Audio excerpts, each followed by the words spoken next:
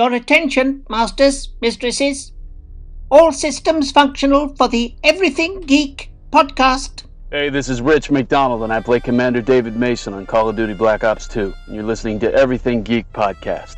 Hey, it's James Arnold Taylor, the voice of Obi-Wan Kenobi and Master Plo Koon in Star Wars The Clone Wars, and you're listening to Everything Geek, the podcast. Hey, it's Leif Gaffert. I played Uncle Ben's killer in The Amazing Spider-Man, and you're listening to the Everything Geek podcast. Hello, I'm Simon Fisherbecker. You probably know me better as Dorian Moldovar from Doctor Who, or the Fat Friar from Harry Potter. And this is Everything Geek podcast. Face it, Tiger. You just hit the jackpot with the Everything Geek podcast. You're listening to the Everything Geek podcast, bringing you interviews from your favorite films and TV shows every week, and all of the latest news. Here's your host, Rory Williamson.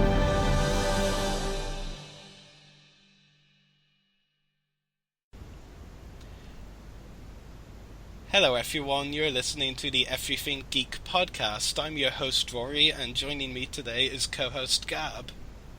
Hello everyone. And also joining us today is a very special guest. We have actor Lars Mikkelsen, who guest stars as the voice of Grand Admiral Thrawn in Star Wars Rebels, and who played Charles Augustus Magnussen in Sherlock, Troels Hartmann in The Killing, Viktor Petrov in House of Cards, Martin Wayne in Headhunter, Thor in When Animals Dream, Magnus Bisgaard in Those Who Kill and Those Who Kill Shadow of the Past, Forstander Frederik Heck in The Day Will Come, Pete Karlsen in What Richard Did, Dimitrije on Montana, Thomas Jargill in The Escape and Thøger Jensen in 1864. How are you today? I'm fine. It's a bit dreary, grey morning here in Copenhagen, but it's getting colder. But it's nice though. That's English weather for you. It's like that in England all the time. Oh yeah. Yeah, definitely. It's a pleasure to have you on the podcast today, sir. Thank you. Pleasure to be here. Thank you. So getting right into my questions for you, Lars. First of all, just for a bit of background for some of our listeners who may not be familiar with your background, can you tell us how you decided to get into acting? Well, I didn't really decide. It was a series of circumstances that really brought me there. I after school I went into the military. I was there for a while. Then I started at university as a biologist. Didn't really hit it off with all the reading and stuff. And then at that time I'd met my wife, and she started up juggling at a juggling course. And so I joined these jugglers. And I was a juggler, street performer for 4 or 5 years. And at the end of that time, someone brought along text for me, and I was just so. That just engaged me. It took me, and brought me to a whole new place. And then I applied for. We have certain schools here, stately funded schools for acting, and I applied for one of them and got in, and then I was an actor. So it's a series of circumstances, really. I was, quite certain that I wanted to be a clown at that point. Yeah. It's really interesting, getting into the military first of all, then studying biology and ending up as an actor. It's a very interesting career path. Yeah, isn't it? It's you couldn't really. There's nobody in our family that did that. So yeah. Yeah. So Mads got straight into acting then. Yeah, Matt's a sort of similar thing. I think he started to dancing really. I saw him at some point when he was dancing, and then that was really. I could see they had a lot of fun, a lot of beautiful women. So he inspired me in some ways. Yeah. It's really interesting, very interesting indeed. Now, getting into Star Wars Rebels, because of course, Grand Admiral Thrawn is such a big deal.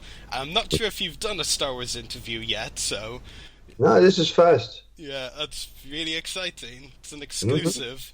You're exclusive, yeah. Yeah, I remember a time when I didn't even like the word exclusive, then I became a journalist, and now I love it. Yeah, weird how that happens. Anyway, so, for our listeners who obviously are unaware, because this is your first Star Wars interview, how were you originally cast as the voice of Grand Admiral Thrawn on Rebels?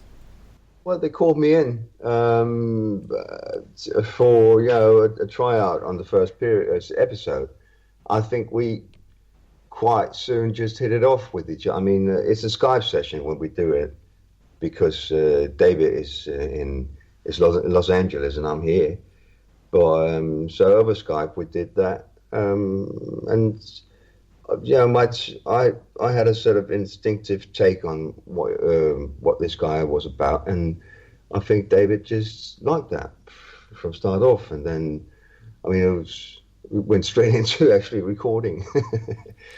So yeah, it's very interesting. So you didn't have to wait a long time to find out you got the part. You just sort of knew and got right into the voice of the character. I think so. I mean, I can't really recall now. It's over a year ago, but I think I only waited up a few days, and then we said, yeah, let's go. We like you, and I like you. I mean, it was sort of a blessed relationship from start on. That's great. That's really great. Were you aware of the character's popularity prior to your casting on the show? Because Thrawn is a huge deal to Star Wars fans. No, I wasn't before, but I soon realised it, and David also helped me understand what the whole fandom is about, around this saga that it really is, isn't it? I mean, the whole Star Wars family, and. So now I do understand, but I didn't know what I was getting into at that point. It's really interesting, and in some way, I mean, obviously you're an experienced actor yourself, so I'm not sure how much pressure you feel in certain roles, but in a way it could have been better for you that you didn't know the popularity, you just did your thing, you just voiced the character the way you wanted to, because if you knew the popularity, I mean, there might be a little bit of pressure. Like I said, you're an experienced actor, so there may not have been any way. I totally agree. I think, understanding now that this is the first time this character has a voice, actually, and the pressure of actually bringing that voice to that character, if I'd known how well liked he'd been. I mean, I wouldn't just have gone for it. I'd and I think sometimes you need to just go for it to see if there's anything there.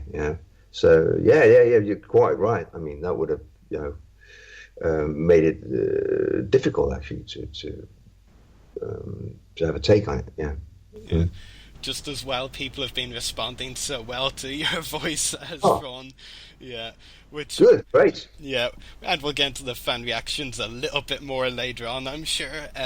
But were you given any instructions by the Rebels crew, Dave Filoni, etc., on how Thrawn should be voiced? Were you allowed to create the voice completely by yourself? No. I mean, it's a collaboration. Yeah, it's. I mean, I do my take on it, and of course, when you read the character from the page, there's a lot given there. I mean, he's an intelligent guy. It has been showed the scene where he frames Hera, hasn't it? Because that is so saying for the character that he's all about knowing his adversary, reading into the tactics of his opponents, and actually he's taking a lot of pleasure in just playing the game, or just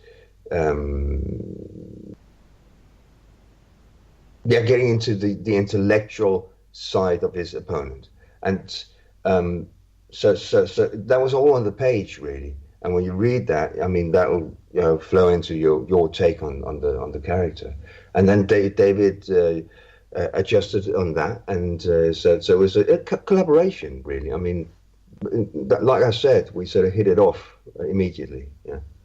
That's great. It's great to hear it was such a good process in bringing the voice to life. You had a good collaboration with Dave, as you said. It's really nice to hear. He's a wonderful guy, man. He's very sort of. I mean, I feel that whole team behind that is that they've got such respect for what they're creating, and I like that as an actor. That it's not just not another job. It's you're bringing life to something. I mean, it means something to the people that watch.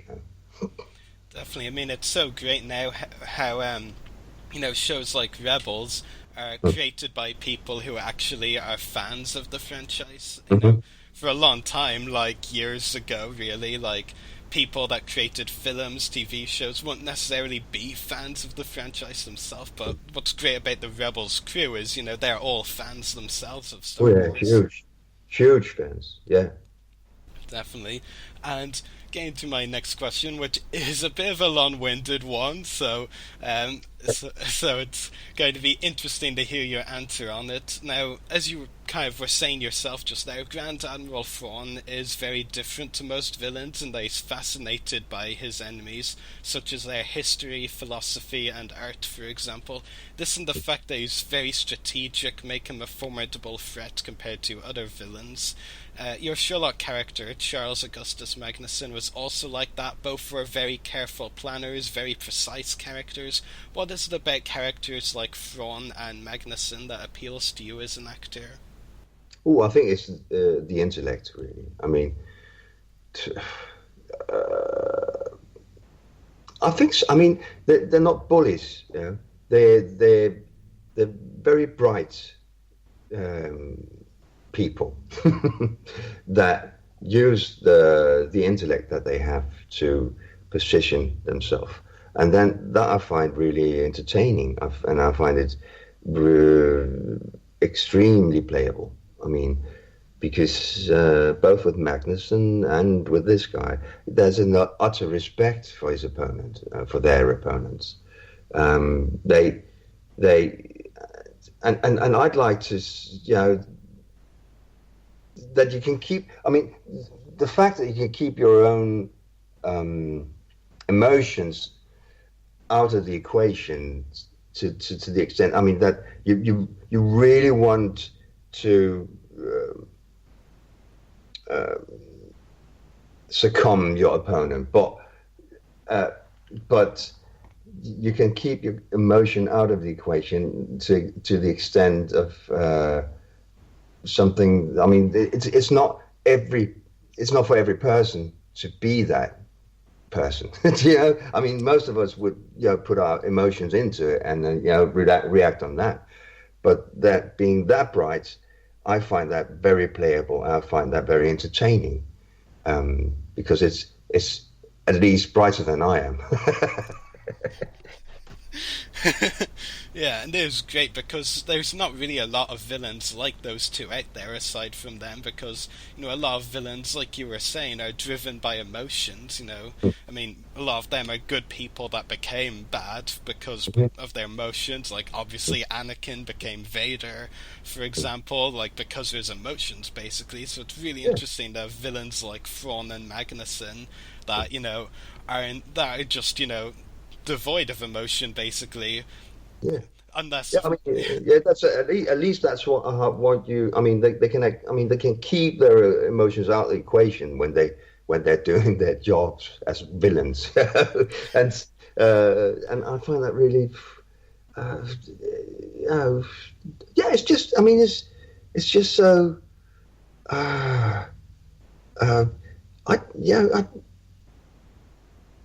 I'd really like to be like that if I have a confrontation with somebody, but I can't. All of me is just one big emotional blob, really. Well, if you just quote either character to someone who you have a confrontation with, they'll just be so confused that you'll probably win the confrontation by default. Yeah.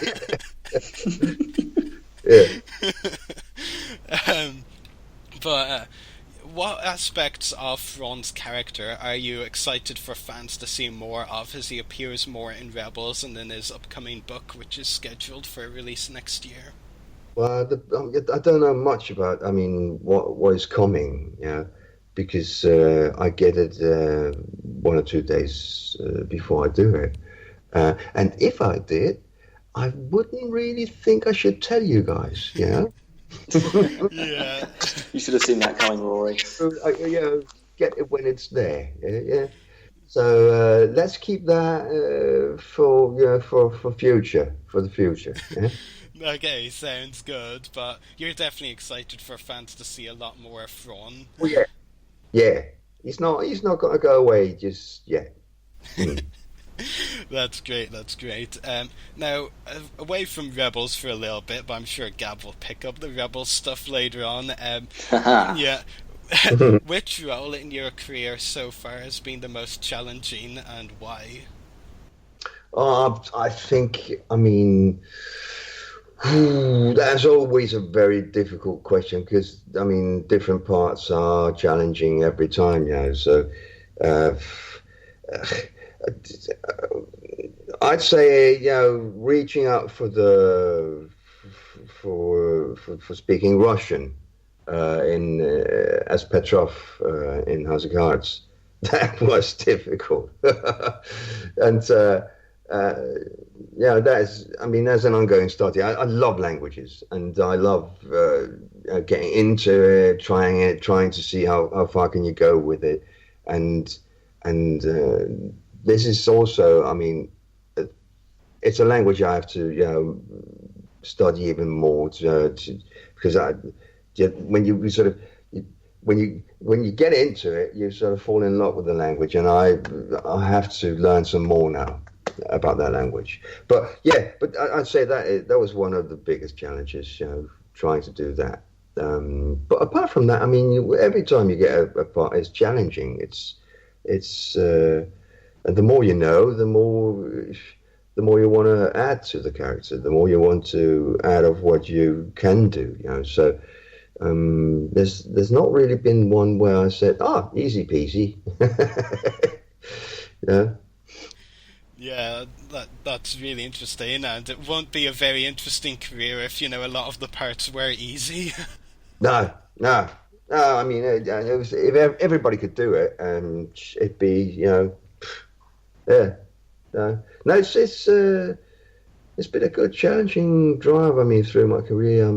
The thing is with a career that you need to be lucky. You need to have people trust in you at the right time.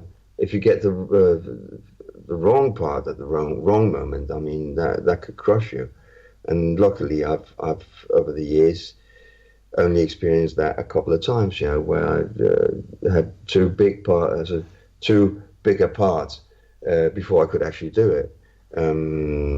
It's a craft, and you get better at it as you do it. Yeah. Definitely.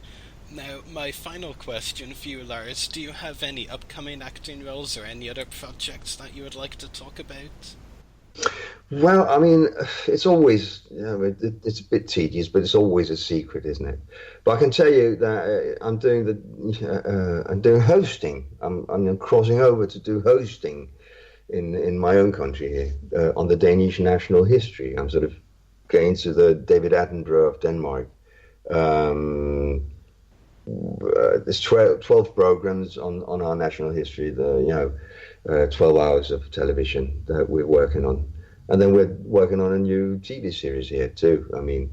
Along the lines of The Killing and Borgen and The Bridge and that but on faith, priests, a family of priests. So I've got my work cut out for me over here at the moment. That's really exciting. I'm sure you'll make an excellent host. Well, you never know. I might just fuck it up, but if I do it 12 hours in a row, Yeah, well, it's better to be positive about things like that. Yeah, but that's really interesting. It's pretty cool that's on, history as well, because outside of podcasting and interviewing, history is one of my passions. That's isn't it? Really I didn't know. I was sort of beread in that sort of general way, but now I know a lot, and I find it so fascinating. I mean, where do we come from? Why are we the people that we are today? I mean, it's all hidden within our history. I'm so excited with the way my brain is growing at the moment. now you sound like Thrawn. Yeah. Well, that's all of my questions for you, Lars. Thank you for answering them, and I'll let my co-host Gab ask his now. Cheers, mate. Okay, so back to Star Wars. I was going to. My first question is, how do you feel now being part of such a huge and beloved franchise like Star Wars? Well, I love it. It's it was a bit like when I did Sherlock. I didn't really have that notion of what is it I'm getting into. And after I went to Comic-Con on that, and it was amazing the support from the fans, and I just feel that in many ways, I can only be really feel gratitude towards that. I mean, what can I feel apart from that? I mean, it's amazing that people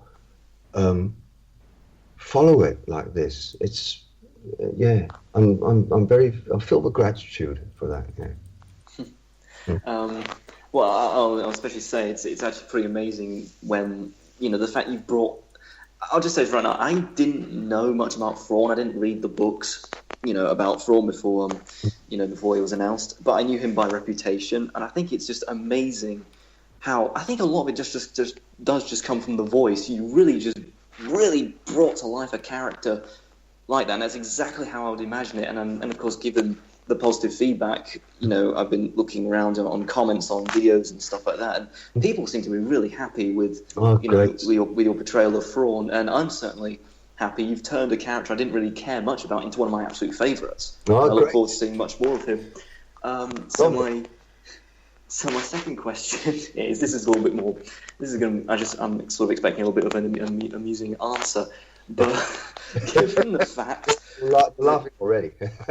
Given the fact that your brother Mads is going to be playing, what looks like a really, important role in the upcoming Rogue One film, are you and Mads, have you already spoken about Star Wars, or will you be talking about it?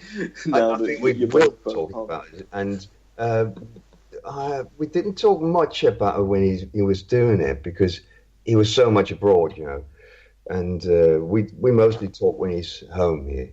We meet up, 4 or 5 times a year, and talk about things. But you must remember that we are now. I'm 52. He's coming up. I'm 51 now. So we grew up with Star Wars. I mean, the first movies came out when we were young, and they blew our minds at that point. To expect for us as 2 little kids in a working class environment to be a part of that universe now, it's mind blowing. And sometimes we look into each other's eyes and say, what? How did we get here? How did that happen? I mean, from being in our country, I don't know if you have had that in yours. I mean, we could go into a movie theatre, and you could, for £2 or something, you could sit there all day watching the sequel of 2 movies, running again and again. Yeah, we do that. We very easy. We just sit there and watch a Bruce Lee movie and Clint Eastwood movie again and again and again, and then to ever think that you'd be part of any movie universe and then as big as this, you can't really get your mind around it, really. I can't imagine now. I mean, because I'm currently, I'm in an office in a little film studio, So I'm part of that. I sort of understand. I'm part of that creative process. I'm part of post production. That's what I'm doing. Yeah. So it must be amazing actually sort of being there firsthand. You're the person that's in front of the camera or whose voice we hear. It must be really amazing. Yeah, it is. I've just seen the trailer on what Matt is in there, and it's. I just get so incredibly proud every time I see him do these. I remember the first time I saw him in something really, really big. I think it was Arthur. Or something. Well, it was like, that's my brother. How you get him there?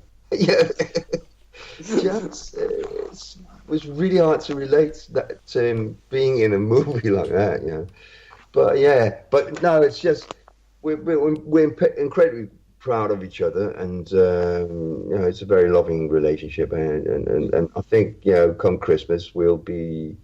Get into our Star Wars fandom ourselves. I was going to ask that. Yeah. Imagine Christmas at the Mikkelsens' household. Yeah, I'll give him a blue suit or something. Blue face paint. Something. Oh my god. Okay. So my last question is. You worked in a lot of different types of acting, like on camera and voice over and theatre. What type do you find the most challenging to do, and why? It's all challenging. I mean, like I said before, it's a craft. We're lucky here in Denmark, at least, and I think you are in London too, New York also, that we can do all of it because one gives to the other. Do you know what I mean? I mean. Mm-hmm.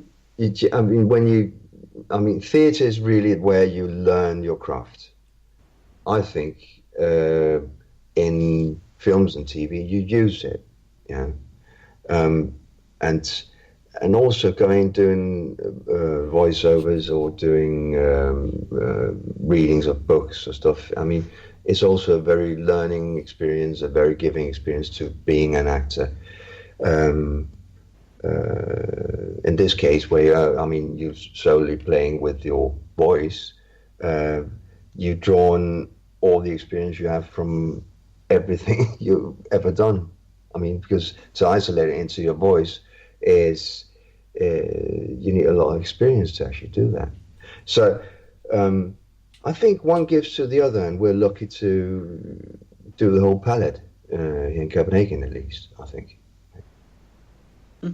Was that an answer? That was a really good answer. Because I actually know some people who started in theatre, mm-hmm. And they're hoping to move on to full-on acting on full-on Broadway, Yeah. And that's actually really fascinating. So thank you very much for answering those questions, and I cannot wait for more Thrawn. More Thrawn, the better. Good. Good. Lovely. Thank you. Are we done, guys? Was that it? Well, Rory, we've still got a few questions from some of our listeners, if you don't mind. Okay. Yeah. So Charlie Ashby says, "Hi Lars, joining a world such as Star Wars by itself is a massive step forward, but Thrawn in particular is a character enamoured by many, loved by many. Did Dave Filoni prepare you for the reactions from fans? Have you seen any of the positive comments?" I think we went through it. That I didn't have a notion of what it was before, but I definitely do now. I've seen some of the reactions. I'm 52. I didn't grow up with computers, thus being quite an idiot on the computer. So my son sometimes tells me, "Go see that," and go to that page, and you can because me, I'm not really good at it. I don't know where to look.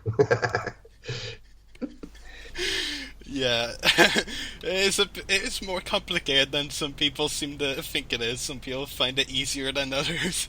Yeah, it wasn't a part of my bringing up, so it's all been, that I've had to learn. And every time I'm with a computer,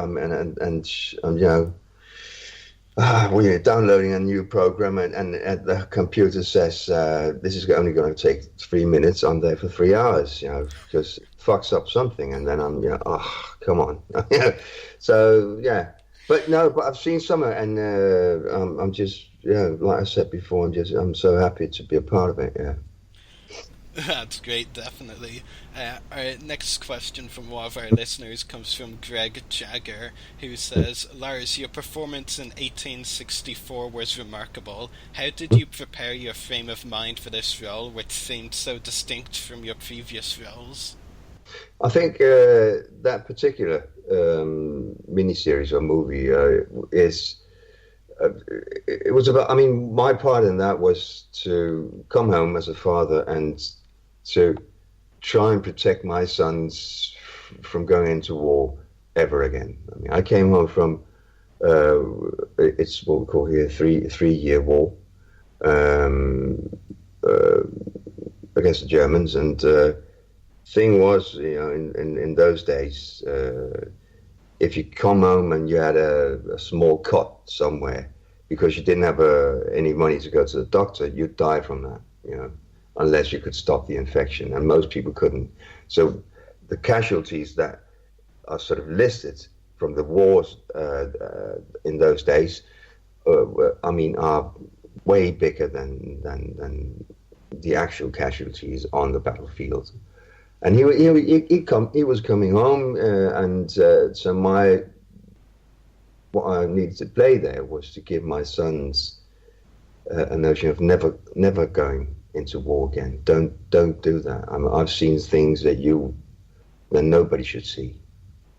And then he dies from wounds. But my first and foremost thought in all that was to protect my sons from what I'd actually experienced myself, and to hope that this was a war to end wars. So that was the mind frame that I went into it with. It's really interesting, a very deep, in-depth mind frame for that particular role. Yeah, well, but you do, even a small part, like there's, if it's a good part, you use a lot of time to fill it out, because you should, even if it's a crap part. You do that, that's your work. Yeah, even if it's a small part, you really have to get into the frame of mind to prepare for it. It's really interesting. Sure, the smaller the more. You need to, because you're just one pond in a big story. So you contribute with everything you can. Yeah. Definitely. And our final question is from Jenna Hookie, who says, Hi Lars, I just finished watching you in The Killing, and I'm now addicted to all Danish dramas we can get in England. I wanted to know, do you have any plans to visit the UK? Would be great to meet one of my favourite Danish actors. Well, I'm there frequently. I'm in London at least a couple of times every year. So, but normally it's like work of some sort, meetings and stuff like that. I think I've got so much work here in Copenhagen at the moment, and at least a year forward, that I'll have a hard time to actually work in London again, or work in England again, but if for the next year. But like I said before, I'm so Anglophile. I have to go back. I have to go back and work there. It was such a pleasure doing that, and it's also like like I said before, that one gives to the other. It's for me, it's now sort of a craving. I need to actually go play on another language, and especially English, which I can sort of do fairly well, because that sort of it challenges me and brings forward all the things in my craft that I like. So yeah, I'll be back. Of course, I will. Definitely. And you mentioned that you were at Comic-Con before, so it'd be great to see you at more conventions now, especially with Thrawn. You know, a lot of fans would like to meet the voice of Grand Admiral Thrawn, I'm sure. Yeah, of course. I mean, David and me, we're talking about when that can happen, because we both want that to happen. We want to actually meet each other too. I mean, because I've only seen Dave on a picture on Skype, so and he's such a lovely guy, man. I'd like to sit down and talk with him. Yeah, definitely. So that's all of our questions for you today, Lars. It's been a pleasure talking to you on the podcast. It was lovely talking to you guys. Lovely. Thank you. Thank you. Hopefully we can talk to you again at some point. Sure, man. You have my things now. You have my numbers and all that. So you just phone me up whenever you need that. Yeah. Yeah, sounds great. Thank you so much. And it was great talking to you again. And I look forward to talking to you again soon. So take care. Bye. Cheers. Cut. Bye. Bye. Bye. So that was our interview with actor Lars Mikkelsen. I hope you enjoyed listening to it. Star Wars Rebels airs on Disney XD every Saturday at 8:30 p.m. Eastern. Make sure to check out our podcast links. Check out our website, website.everythinggeekpodcast.com/EGP. Check out our Facebook page, www.facebook.com/everythinggeekpodcast. Check out our YouTube channel, www.youtube.com/user/everythinggeekcast. Check us out on Twitter, twitter.com/everythinggeekp. Check us out on Instagram, instagram.com/official everythinggeekpodcast. Check out our Mixcloud profile, www.mixcloud.com/everythinggeekpodcast.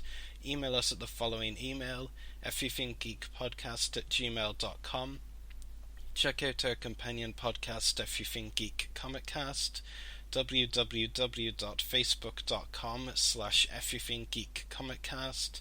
Make sure to check out the hosts' YouTube channels. Mine is www.youtube.com/user/separatist-destroyers. Gab's is www.youtube.com/user/gab2671. Check out Lars Mikkelsen's website, www.larsmikkelsen.dk, and check out channel 1138 where we broadcast live from, www.channel1138.com. Geeks out, everyone.